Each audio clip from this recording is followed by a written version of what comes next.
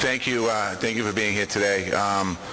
As of yesterday, just to give an update on where we stand with the coronavirus. As of yesterday, the state confirmed 11,736 cases of coronavirus in the Commonwealth of Massachusetts with 216 deaths. Today in Boston, we are up to, this includes today's numbers for Boston. I don't have the state's numbers yet. 1,877 cases in the city of Boston. That's up 259 cases over yesterday, our largest single day increase. We've had 2 deaths, which total 15 people in Boston have lost their life to coronavirus. And what all this means is in the last 48 hours, we've had an increase of 511 new cases. That's 27% of our overall cases of coronavirus since this began over the last 48 hours. That's what a surge looks like, and we are still at the beginning of the surge. As I said before, this is an unprecedented situation. It has asked a lot from all of us. It's going to ask more from us over the next few weeks, and I'm confident that Bostonians will rise to that challenge.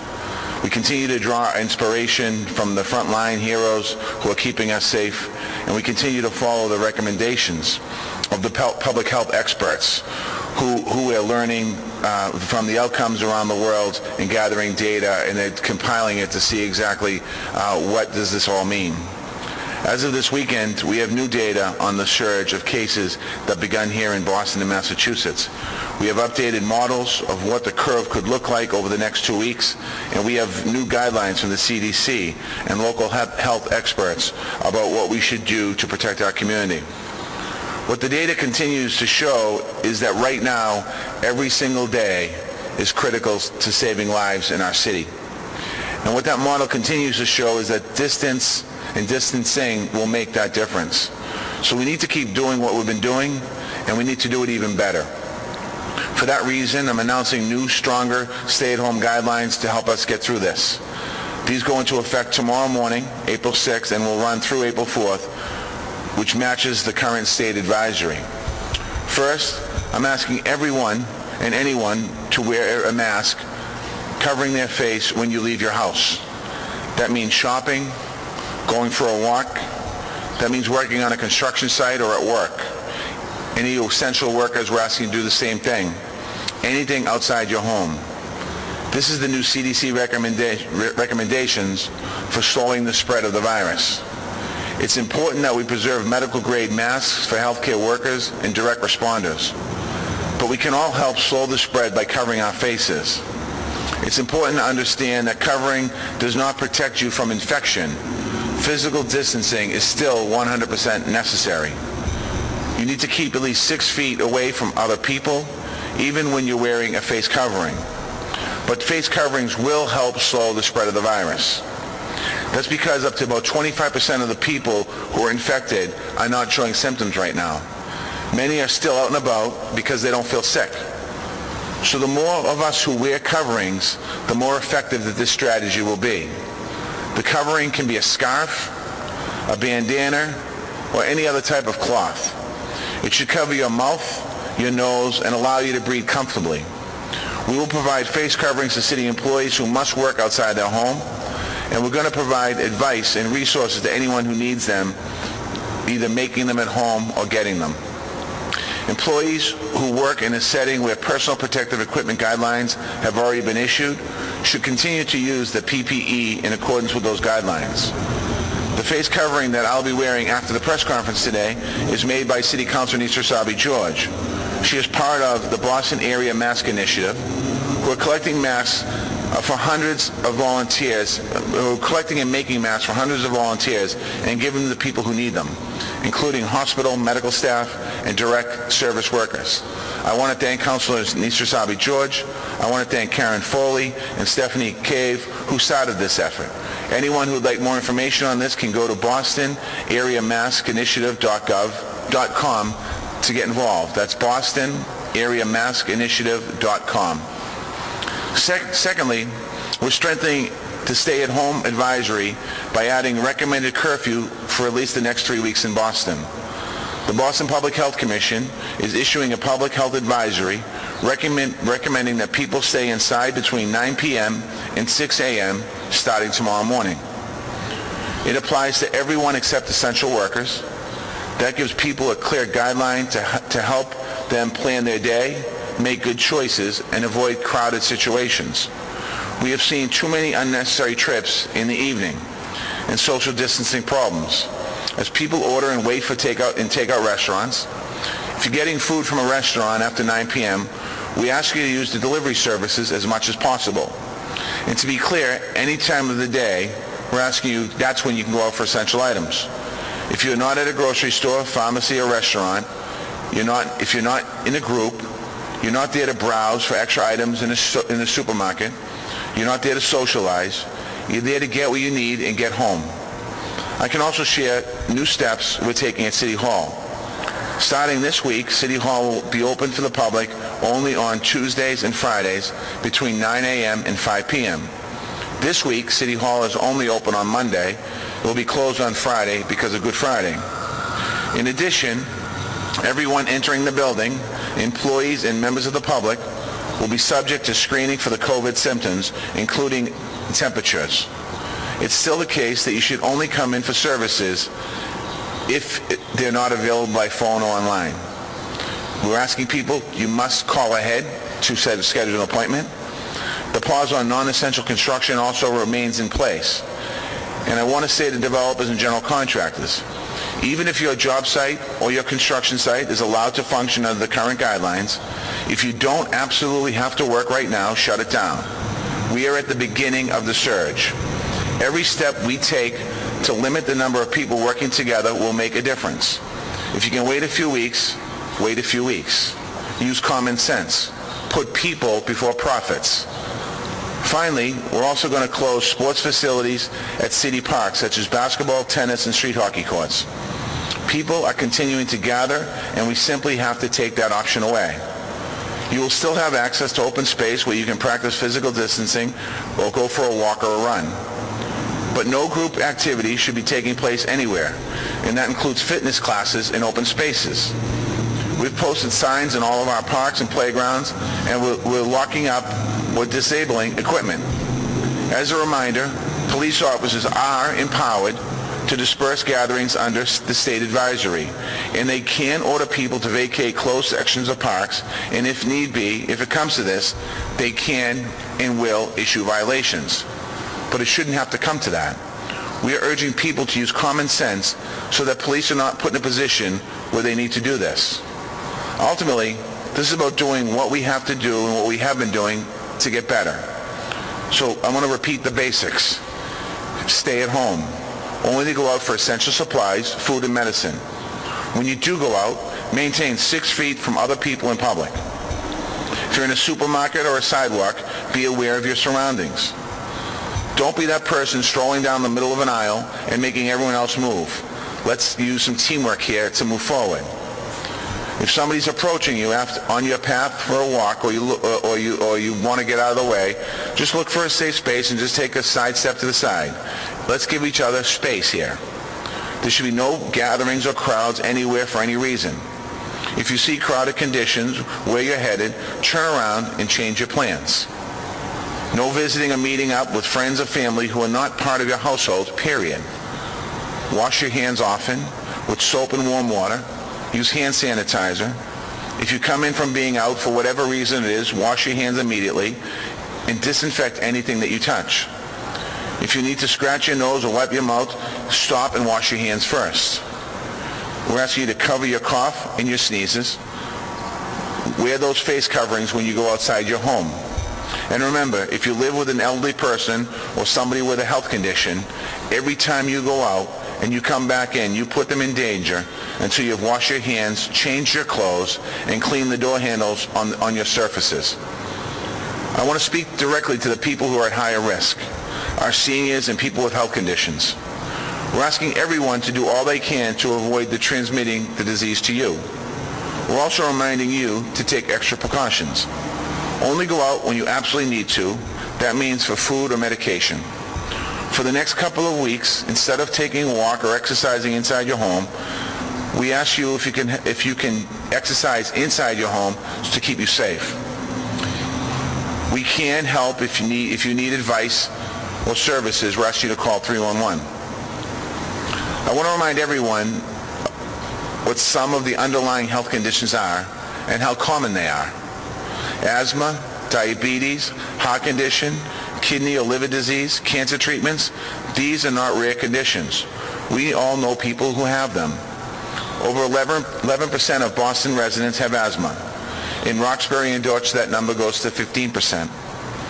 One out of four of our high school students citywide.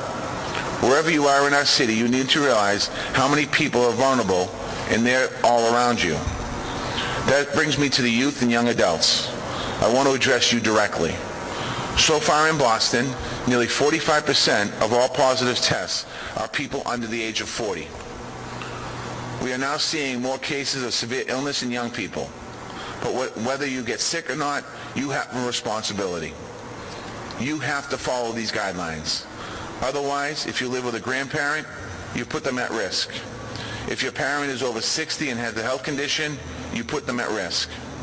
If you have a brother or sister with asthma, you put them at risk. It's not normal for me to get up here and scare the people of Boston as the mayor. But this is not a normal situation. This is a moment that we need people's attention. We need you to know and share this information. We need everyone to act on this together as one city right now in the days ahead.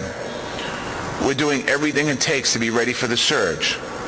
I also want to give you an update on the work expanding treatment capacity of our healthcare systems. We are making swift progress at the Convention Center in South Boston.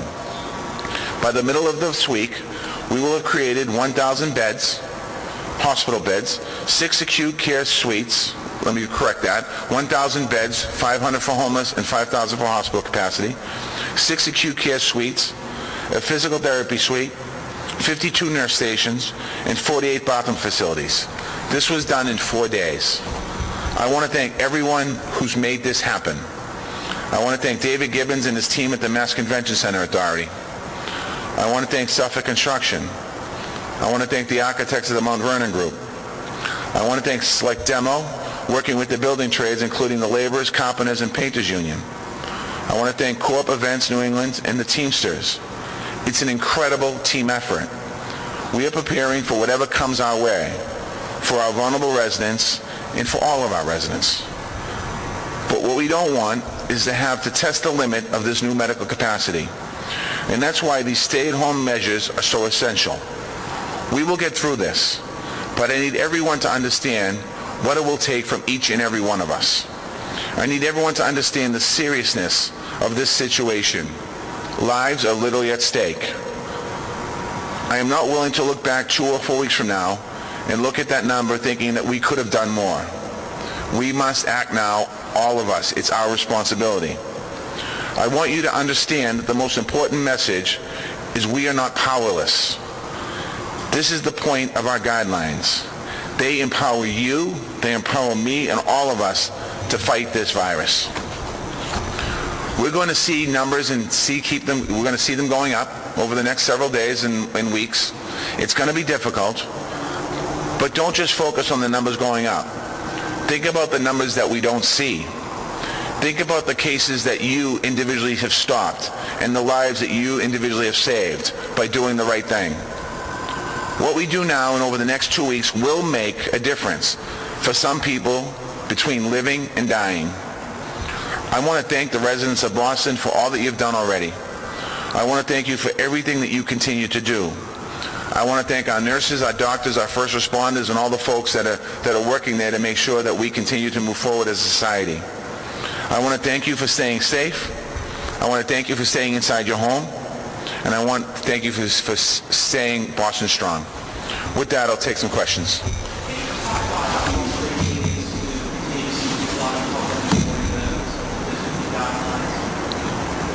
The question is can I explain how frustrating it is to see people still going outside and basically ignoring the guidelines? In some cases, it's just astonishing, quite honestly. This is a serious virus. Yesterday, I went for a walk myself, and when we were walking, everyone was keeping social distancing, and people were moving off the street we were walking, respecting each other's space. But I walked by a tennis court, and I saw people playing in there. And, you might think that you're being safe in there, but what you're doing is if you have a couple people playing tennis and you're not the same family, you potentially are putting people at risk and taking in that virus. Yesterday, I got calls of people being at the Arboretum. Hundreds of people being there and not practicing social distancing. I know it was a beautiful afternoon to go for a walk. You're not helping each other out. I heard stories of people down Castle Island, same thing. Listen, these are great places, and I love all these places I'm mentioning, but it's about keeping people safe. And I think that a lot of people, you can just walk around your blocks and your houses, your neighborhoods. You don't have to go to a destination to go for a walk. You can simply walk outside the front door and walk around your neighborhood if you want to do that. I was talking to Mayor Curtatone yesterday from Somerville, and he was doing that, walking around his neighborhood, and they have a lot of places. So I just don't know what more we can say. I mean, we're obviously enforcing stricter advisories here today.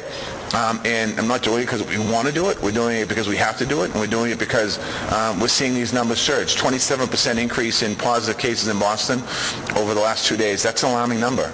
If those numbers continue to increase, it's going to be a problem. So. Does it bother me? Does it frustrate me? I just think for each and every one of us, we have a responsibility to our fellow citizen and to our family. True?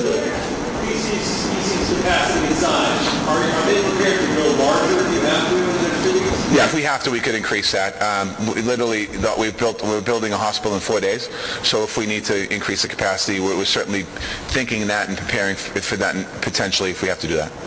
Yeah, the answer is yes. So the question was, the question is, do we have the potential to expand capacity at the BCEC if we need be? There's still a third of the BCEC that's not being used right now, so if we had to increase it, if our hospitals informed us that they need additional space, we would do that. What's your message to the volunteers, healthcare people who are coming out of retirement on the sideline and say, hey, I can come help staff? Yeah, the question is, what's my message to the folks that are coming out of retirement that want to help staff? Thank you. The BCC or other places. Thank you. People have come out. We have, at least I know of one case, probably more, from some of our school nurses that have offered support to help us in other places. A lot of folks are offering. I think that you can call if you want. If you're listening to us and you want to get involved, you can call 311, call our public health department, and we will make sure that information gets to the state. I don't have the numbers. It really depends on, the question is how many volunteers will we need to staff that site. It won't be all volunteers that we staff in the BCC. There'll be, we're hiring a provider to provide services for the homeless folks in that site, and the hospital system's working to come up with a system on manning the hospital side of it. So it'll be volunteers, but some people will be being paid as well. If we need it, we don't need it today, and I'm hoping that we don't need it. The question is, do we plan on having patients in the BCC today? Right now, we don't need the extra capacity. We're monitoring, both the city and the state are monitoring with the hospitals their capacity every single day. We don't need it today, but as you can see, the numbers surging. As these numbers surge, there will be a need for additional beds, and that's when we'll activate the convention center. Non-acute care, right? Yeah. Yes. I mean, I think as of today, there's still space available, but again, as these numbers continue to rise, as more tests are giving out more often, we're going to see an increase in coronavirus, and then obviously the doctors will be making decisions on who should be in the hospital, who shouldn't be, and the stage in the coronavirus or in their illness. So that's a question you probably should ask the hospitals.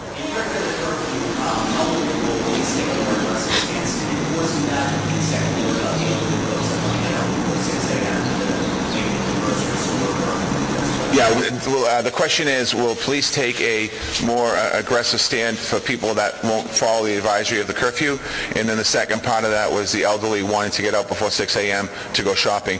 We moved the advisory. It was going to be 7 a.m. We moved it to 6 for that reason, for the seniors exactly, to allow people to go shopping. So that's why we did it. We moved the hours up. And as I said, it's an advisory right now, and I'm hoping that, again, whether it's the parks or the curfew, our public safety personnel, our police, should not be having to enforce this. This is common sense, quite honestly.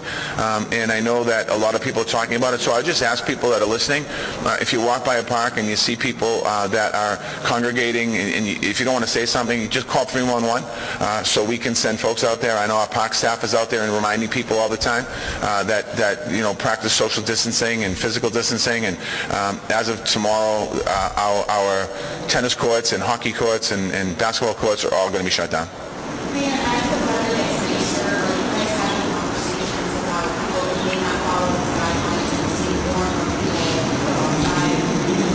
Yeah, the question is, as we've seen the weather get nicer, are we concerned about the people not following the guidelines and seeing more and more people out?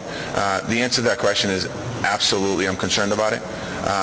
Yesterday it wasn't a beautiful day, but it was a sunny afternoon. It was in its mid to late 40s, and people just came out of the house. That to me, I understand coming out of the house, but still gathering and gathering, that's not going to happen. I mean, by the time the advisory, if we can lift it May 4th, and I hope we can, I'm not certain that's going to be the case, but we're going to have beautiful days from now till May 4th. It's incumbent upon each and every one of us to do our part to keep people safe, including myself. I mean, when I see a nice day on the weekend, I like to go for a walk and hang out, maybe have a cookout or something like that, and it can't happen right now. It's not going to happen right now. And if people pay attention to those rules and guidelines, then we might be able to have cookouts this summer. If you don't pay attention to these guidelines, then what's going to happen is that we won't have a summer, quite honestly, because it is about stopping the spread of the virus. It's about stopping that curve, leveling that curve off. I know it's a little early, but once the curve hits, that doesn't mean 2 days after the curve, after we hit the peak, what we think might be the peak, experts, that all of a sudden we go out. For this foreseeable future, we're talking at least till May 4th right now. What we're putting in place, whether it's myself or the governor or other town administrators or town mayors or managers around the Commonwealth of Massachusetts, these guidelines mean until somebody says we no longer have a public health advisory. If you don't agree with me and you don't believe me or the governor or someone else, just turn the TV on. Watch what's going on around the country. Watch the number of lives that are being lost every day to this virus. Maybe call your family if you have family in Italy and ask them what they thought about it. If you have family in other parts of the world, ask them. A lot of the European countries, they've shut everything down completely, and we potentially could head there. And the only other thing, I hope that Washington stops sending mixed messages. I want to be clear for Boston. I know there was a recommendation maybe that churches open next Sunday. Absolutely, under no circumstance should any house of worship be open next Sunday at all. I know it's a very difficult thing as a Catholic, Easter Sunday. For me, next week, Palm Sunday today. But that is not what we need right now. We need prayers right now is what we need. Last question.